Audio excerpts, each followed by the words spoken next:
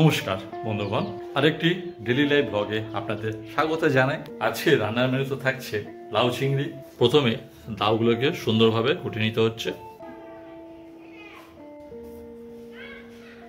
একটা এই সাইজের লাউ আনা হয়েছে, আর এই যে মোটামুটি এত বড় লাউটা দেখছেন মাঝামাঝি সাইজের, এটা হওয়ার পর কিন্তু হবে অল্প পরিমাণ হবে, কেন লাউ কুটলে রান্না করার পর অনেকটাই কমে যায়।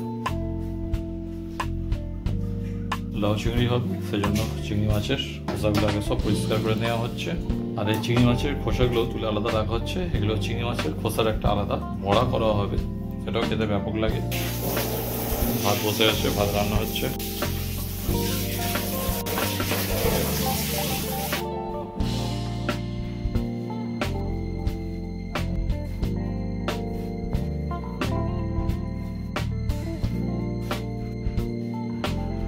নুন হলুদ মাখিয়ে চিংড়ি মাছগুলো ভাজা হয়ে গেছে। আর কড়াইটা কি হচ্ছে,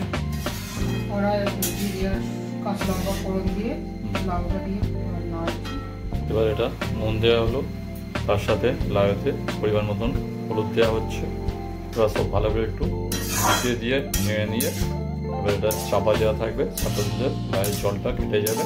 এবার মশলাগুলো মিশিয়ে দেওয়ার পর এবার এটা 8 থেকে 10 মিনিট চাপা দেওয়া থাকবে লাউয়ের জলটা কেটে যাওয়ার জন্য।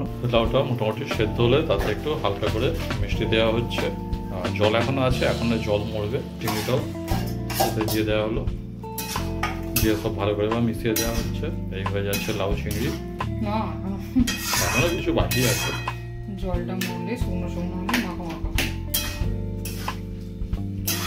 আর এতে মশলাপাতি কিছু পড়বে না, আমি লাউ চিংড়ি মানে আর খালি খালি জলটা মরলেই হয়ে যাবে, তাই তো? হ্যাঁ।